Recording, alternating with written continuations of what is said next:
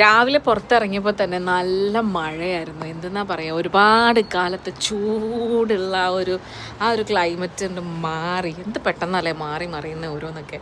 അപ്പോൾ എന്തായാലും ഇന്നത്തെ ഒരു ദിവസം, അതായത് 18 ഡിസംബർ 2025 എന്ന് പറയുന്നത് ഒരു ഭയങ്കര മാജിക്കലായിട്ടുള്ളൊരു ദിവസമായിരുന്നു. കാരണം ഇവിടെ വന്നിട്ട് ഇപ്പം ലാസ്റ്റ് ഇയർ ഇതുപോലെ ഫ്ലഡും സംഭവങ്ങളൊക്കെ ഉണ്ടായിട്ടുണ്ട്, മഴ പെയ്തിട്ടുണ്ട്. പക്ഷേ ലാസ്റ്റ് ഇയർ നമ്മൾ അബുദാബിയിലായിരുന്നു. നമുക്ക് ആ ഒരു വൈബിനേക്കാളും എപ്പോഴും പ്രിയപ്പെട്ടതായിരുന്നു ഈ ഒരു ഷാർജയിലുള്ള ഈ ഒരു ലൈഫ് എന്ന് പറയുന്നത്.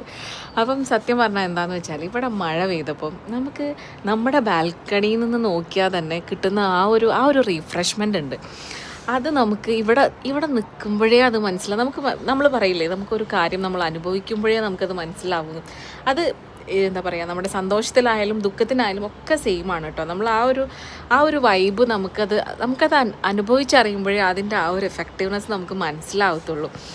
അപ്പം എന്താ ഞാൻ പറഞ്ഞു വന്നതെന്ന് വെച്ചിട്ടുണ്ടെങ്കിൽ, നമ്മൾ ഇന്നത്തെ ഒരു ദിവസം ലേറ്റായിട്ടാണ് മിക്കുവിനെ സ്കൂളിൽ വിട്ടത്.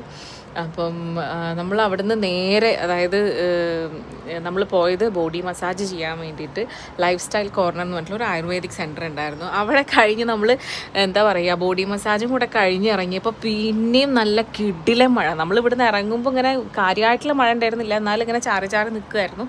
പക്ഷേ ബോഡി മസാജ് കഴിഞ്ഞ് ആ ഒരു റീഫ്രഷ്മെൻറ്റും ആ ഒരു റിലാക്സേഷനൊക്കെ ശേഷം പുറത്തേക്ക് അങ്ങോട്ട് വന്നപ്പോൾ എന്താ പറയുക, അവിടെ ഫുള്ള് പച്ചപ്പും എന്താ പറയുക, കുറേ വാഴയും കുറേ ചെടികളും ഒക്കെ ഉള്ളൊരു സ്ഥലമായിരുന്നു. നമുക്ക് ശരിക്ക് നമ്മൾ എന്താ പറയുക, കുറേ മുന്നേ, അതായത് ഇപ്പോഴൊന്നുമല്ല, ഇപ്പോൾ നാട്ടിൽ പോയാലൊന്നും നമുക്ക് ആ ഒരു ഫീല് കിട്ടത്തില്ല.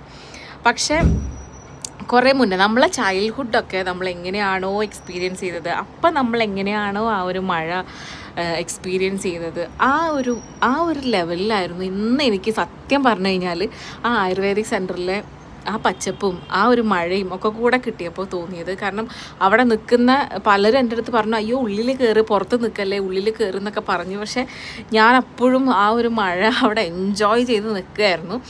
കാരണം എന്താണെന്ന് വെച്ചാൽ, നമ്മളെ മുന്നത്തെ, അതായത് ഇപ്പോൾ നാട്ടിലെ ലാസ്റ്റ് ടൈം നമ്മൾ നാട്ടിൽ പോയപ്പോഴും നമുക്ക് മഴയൊക്കെ കിട്ടിയിട്ടുണ്ടായിരുന്നു. പക്ഷേ ആ ഒരു സുഖമുണ്ടല്ലോ, നമ്മുടെ മനസ്സിന് തരുന്ന ആ ഒരു കുളിർമ ഉണ്ടല്ലോ, അത് ഇപ്പോഴാണ് സത്യം പറഞ്ഞാൽ കിട്ടിയത്. കാരണം ചെറുപ്പത്തിൽ എന്താ പറയുക, ഇപ്പോൾ നമ്മുടെ അവിടെയൊക്കെ ഒരുപാട് ക്രൗഡഡായി, നമുക്ക് ആ ഒരു റിഫ്രഷ്മെൻറ്റും ഒന്നും കിട്ടുന്നില്ല. പക്ഷേ ഇന്ന് അവിടെ പോയത് ശരിക്കും വേർത്തായി. ബോഡി മസാജ് ചെയ്തതിനേക്കാളും എനിക്ക് സന്തോഷമായത് അവിടെ നിന്നിട്ട് എനിക്ക് ആ ഒരു മഴ എക്സ്പീരിയൻസ് ചെയ്യാൻ പറ്റിയല്ലോ എന്നുള്ളതിലായിരുന്നു.